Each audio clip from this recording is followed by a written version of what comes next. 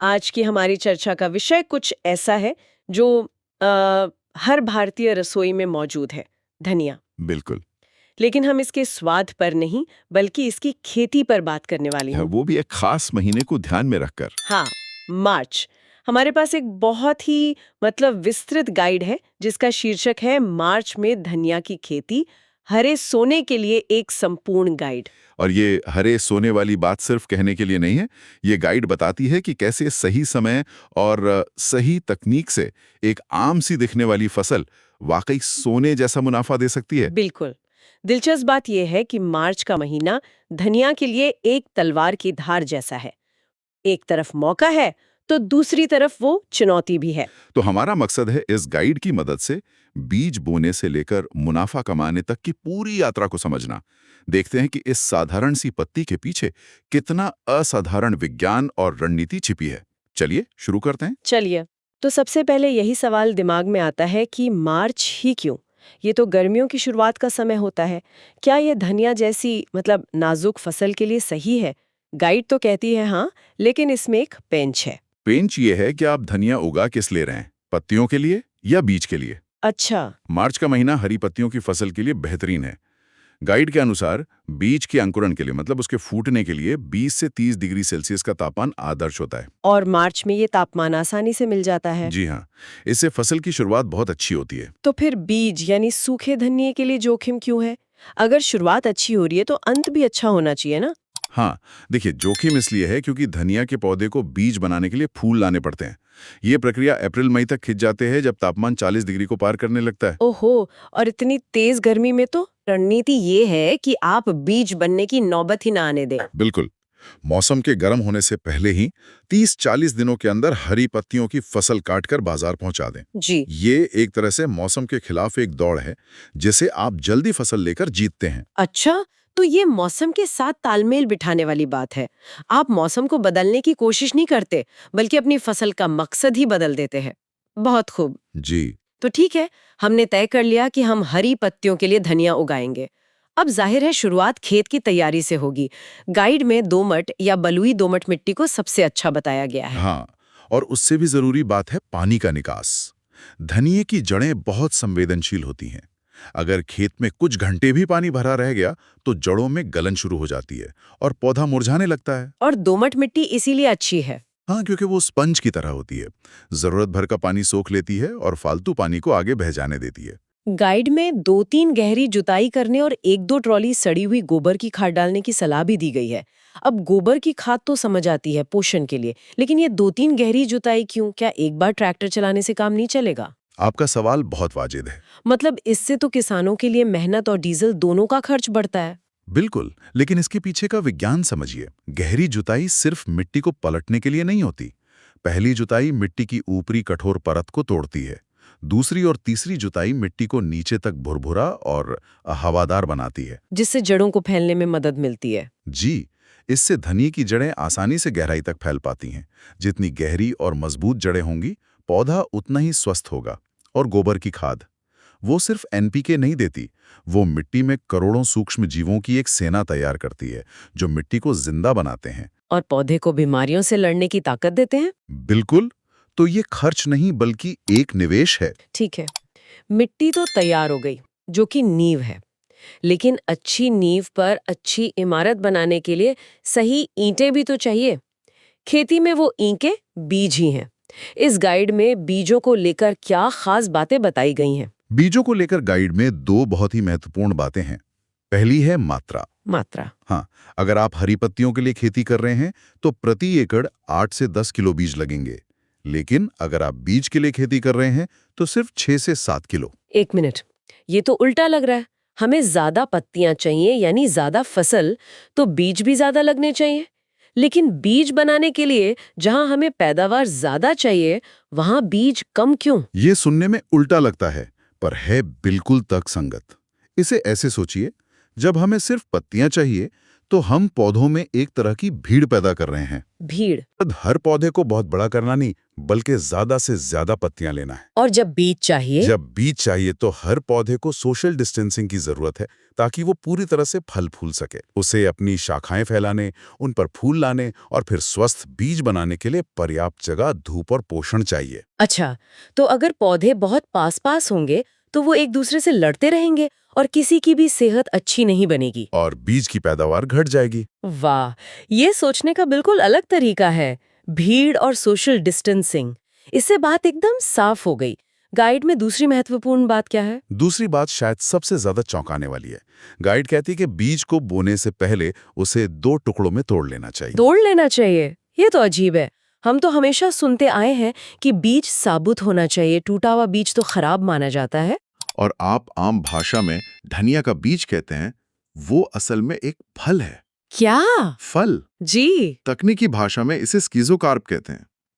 इस एक गोल दाने के अंदर प्रकृति ने 2 बीज पैक करके रखे होते हैं। क्या कह रहे? तो जिसे हम सालों से धनिये का बीज समझकर डाल रहे हैं, वो असल में एक फल है जिसके अंदर 2 बीज छुपे होते हैं? बिल्कुल। इसका मतलब तो ये हुआ कि हम बीज को तोड़कर या हल्का सा मसल कर असल में उन दोनों बीजों को आजाद कर रहे हैं। बिल्कुल, आप उन दोनों बीजों को मिट्टी के सीधे संपर्क में आने और अंकुरित होने का मौका दे रहे हैं। इससे न सिर्फ अंकुरण जल्दी होता है, बल्कि अंकुरण की दर, मतलब जर्मिनेशन रेट, लगभग दुगनी हो जाती है। तो अगली बार जब कोई कहे धनिया का बीज, तो मैं मन में मुस्कुरा सकती हूँ, क्योंकि मुझे असली कहानी पता है। बिल्कुल। इसके साथ ही बीजों को ट्राइकोडर्मा या कार्बेंडजिम जैसे फफूंदनाशक से उपचारित करने की भी सलाह दी गई है। ये एक तरह का टीका है। हाँ, जो नन्हे पौधों को मिट्टी में मौजूद हानिकारक फंगस से बचाता है। जी। ये जानकारी तो सच में कमाल की है। ठीक है, तो अब हमारे उपचारित और तोड़े हुए बीज तैयार हैं, खेत भी तैयार है। अब बुवाई की बात करते हैं। गाइडलाइनों में बुवाई करने पर बहुत जोर देती है छिटकवा विधि के मुकाबले। मैं समझती हूँ कि इसके फायदे बहुत हैं, लेकिन छिटकवा विधि तो सदियों से चली आ रही है और उसमें समय भी कम लगता है। हाँ, ये एक और बेहतरीन सवाल है। देखिए, छिटकवा विधि तेज जरूर है, लेकिन ये शॉर्टकट बाद में बहुत महंगा पड़ता है। जब पौधे बेतरतीब उगते हैं, तो उनके बीच में उगे खरपतवार को निकालना एक बहुत मुश्किल काम बन जाता है। निराई गुड़ाई। हाँ, और उसमें मजदूरी का खर्च बहुत आता है। इसके उलट जब पौधे लाइनों में होते हैं, तो आप 2 लाइनों के बीच की खाली जगह में आसानी से खुरपी या छोटा औजार चला सकते हैं। खरपतवार आसानी से निकल जाते हैं। और इसके अलावा भी कोई फायदा है? हाँ, बिल्कुल। जब आपको किसी दवा का छिड़काव करना होता है, तो लाइनों में लगे पौधों पर दवा बराबर लगती है। और सबसे बड़ी बात, कटाई।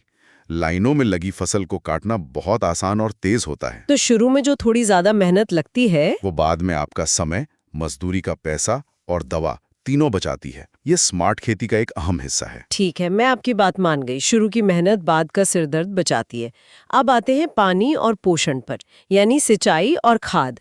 गाइड में लिखा है कि बुवाई के तुरंत बाद एक हल्की सिंचाई करें और फिर हर 7-10 दिन में। लेकिन साथ में ये भी चेतावनी है कि ज्यादा पानी ना दें। ये तो थोड़ा कंफ्यूजिंग है। ये संतुलन साधने वाली बात है। मुझे किसान याद है जो हमेशा कहते थे कि मिट्टी से बात करनी पड़ती है। मिट्टी से बात करनी पड़ती है? हाँ, मतलब कैलेंडर देखकर पानी देना ऐसा है जैसे बिना भूख के किसी को जबरदस्ती खाना खिलाना।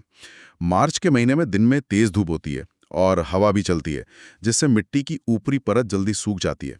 किसान को अपनी उंगली से मिट्टी की नमी जांचनी होती है। समझ गई। अगर मिट्टी में नमी है तो रुक जाएं, अगर सूखी लग रही है तो हल्का पानी दें। ज्यादा पानी का मतलब है कि खेत में पानी खड़ा नहीं होना चाहिए।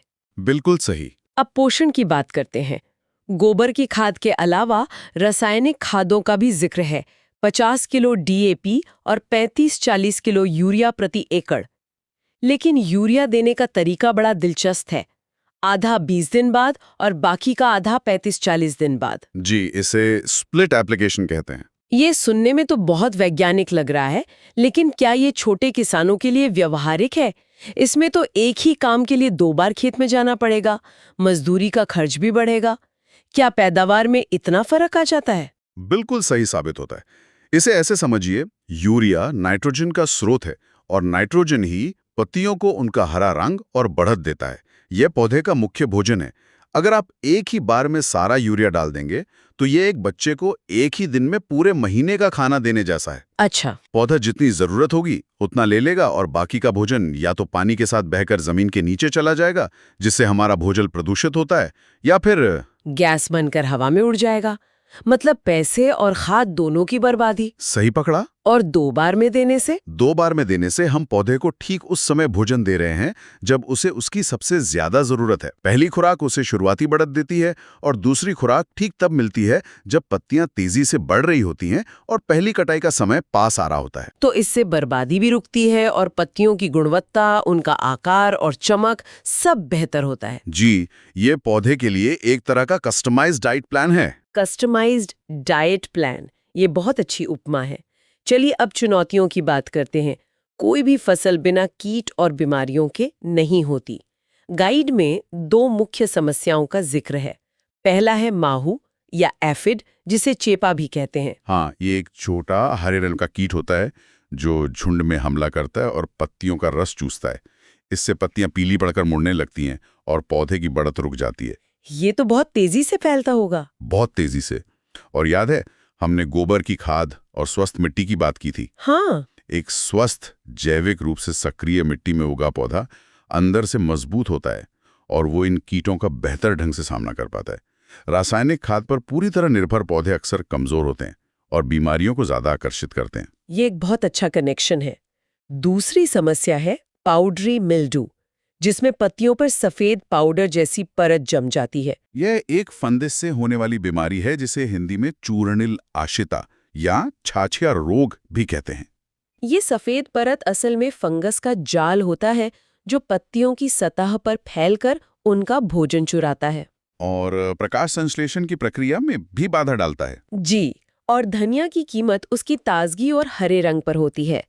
ऐसी पाउडर लगी पत्तियों को बाजार में कोई नहीं खरीदेगा, इसलिए समय पर वेटेबल सल्फर जैसे फफूंदनाशक का छिड़काव जरूरी हो जाता है। ठीक है, तो हमने समस्याओं और उनके समाधानों को भी समझ लिया। अब आते हैं उस हिस्से पर जिसका हर किसान को इंतजार रहता है, मेहनत का फल, मतलब कटाई और मुनाफा। गाइड के अनुसार हरी पत्तियों की पहली कटाई सिर्फ 30-40 दिनों में तैयार हो जाती है। ये तो अविश्वसनीय रूप से तेज है। यही तो मार्च में हरी धनिया की खेती का सबसे बड़ा आकर्षण है। यह एक आदर्श कैश क्रॉप है। जल्दी तैयार होकर जल्दी पैसा देने वाली फसल। बिल्कुल। जब बाकी फसलें खेतों में महीनों खड़ी रहती हैं, तब तक धनिया की 1-2 कटाई हो चुकी होती है और एक ही फसल से 2-3 बार कटाई संभव है। आप नीचे से पत्तियां काट लेते हैं और कुछ ही हफ्तों में पौधा फिर से नई पत्तियां निकाल देता है। और गाइड में एक छोटी सी पर जरूरी टिप दी गई है, कटाई सुबह या शाम को ही करें। जी, क्योंकि सुबह के समय पत्तियों में पानी की मात्रा, वो टुरगुर प्रेशर सबसे ज्यादा होती है, जिससे वे ज्यादा देर तक ताजी और कुरकुरी बनी रहती हैं। और दोपहर की तेज धूप में काटी गई पत्तियां पानी की कमी के कारण बहुत जल्दी मुरझा जाती हैं। हाँ, और बाजार में उनकी कीमत कम मिलती है। ये छोटी छोटी बातें ही पेशेवर और शौकिया किसान में फर्क पैदा करती हैं। अब आते हैं सबसे जरूरी आंकड़ों पर, उत्पादन और मुनाफा। गाइड के अनुसार प्रति एकड़ 40 से 60 क्विंटल हरी धनिया का उत्पादन हो सकता है और बाजार का भाव 15 से 40 रुपए प्रति किलो तक। ये 15 और 40 का अंतर तो बहुत ज्यादा है। मुनाफा तो पूरी तरह इसी पर निर्भर करेगा। बिल्कुल, ये अंतर शहर, मौसम और मांग पर निर्भर करता है। किसी दिन शादी ब्याह का सीजन है और मांग ज्यादा है तो भाव 40 रुपए भी मिल सकता है। और किसी दिन मंडी में आवक ज्यादा हो गई तो भाव 15 रुपए पर भी आ सकता है। जी, लेकिन अगर हम एक औसत भाव 25 रुपए प्रति किलो भी मान लें और पैदावार 50 क्विंटल यानी 5000 किलो हो, तो भी ये एक बहुत ही आकर्षक मुनाफा है। खासकर ये देखते हुए कि फसल सिर्फ 40-50 दिनों में तैयार हो जाती है। सही बात है। और यही बात हमें वापस हमारे शुरुआती बिंदु पर ले आती है कि मार्च में बीज की बजाय हरी धनिया बेचना ज्यादा फायदेमंद क्यों है। ये पूरी चर्चा उस एक लाइन को सही साबित करती है। जी, ये एक पूरी सोची समझी रणनीति है। कम समय, कम जोखिम, तेज रोटेशन और अच्छा बाजार भाव। ये स्मार्ट कृषि का एक बेहतरीन उदाहरण है। सिर्फ धनिया उगाने की विधि नहीं बताती, बल्कि ये एक तरह का बिजनेस प्लान है। बीज को फल समझने से लेकर पौधों को